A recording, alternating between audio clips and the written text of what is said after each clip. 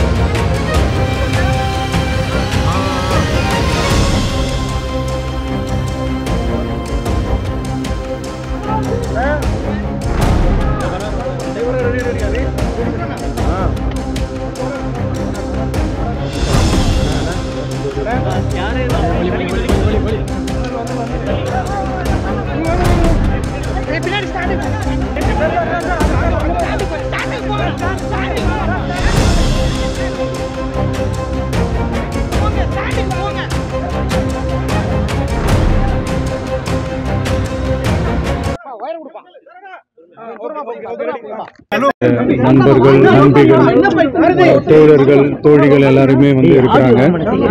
முதல்ல அவங்க எல்லாருக்குமே என்னுடைய மதுரை மக்கள் எல்லாருக்குமே என்னுடைய வணக்கம்.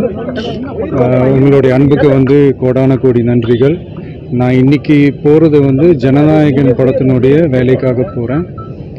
கொடைக்கானல் ஒரு ஷூட்காக போகிறேன். கூடிய சீக்கிரமே உங்கள் மதுரை மண்ணுக்கு நம்ம கட்சி சார்பாக வேறு ஒரு சந்தர்ப்பத்தில் உங்கள் எல்லாரையும் மீட் பண்ணி நான் பேசுகிறேன். பட் இன்றைக்கி ஒரு 1 ஹவரில் நாங்கள் லேண்ட் ஆகி நாங்கள் எல்லாருமே பார்த்துட்டு நான் வந்து என் வேலையை பார்க்க நான் போயிடுறேன். நீங்களும் சேஃபாக அவங்கவுங்க வீட்டுக்கு போயிடுங்க. யாரும் என்னுடைய வேனுக்கு பின்னாடியோ காருக்கு பின்னாடியோ யாருமே வந்து ஃபாலோ பண்ணுறதோ, இந்த பைக்கில் ஃபாஸ்ட்டாக வர்றதோ, பைக் மேலே நின்றுக்கிட்டு பைக் ஓட்டுறது, ஹெல்மெட் இல்லாமல் இந்த மாதிரிலாம் வராதிங்க.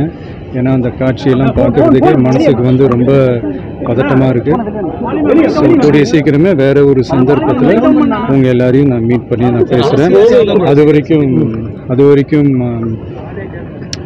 உங்கள் எல்லாருக்குமே என்னுடைய மே தின வாழ்த்துக்கள். Love you all and see you all. And இதை வந்து நான் மதுரை ஏர்போர்ட்டில் இந்த மெசேஜை என்னால் கன்வே பண்ண முடியுமான்னு எனக்கு தெரியல. அங்கே சிச்சுவேஷன் எப்படி இருக்குன்னு எனக்கு தெரியல. அதனால தான் இங்கேயே நான் சொல்லிட்டு நான் கிளம்புறேன். தேங்க்யூ. கோயம்புத்தூர்ல ஒரு கிரௌட்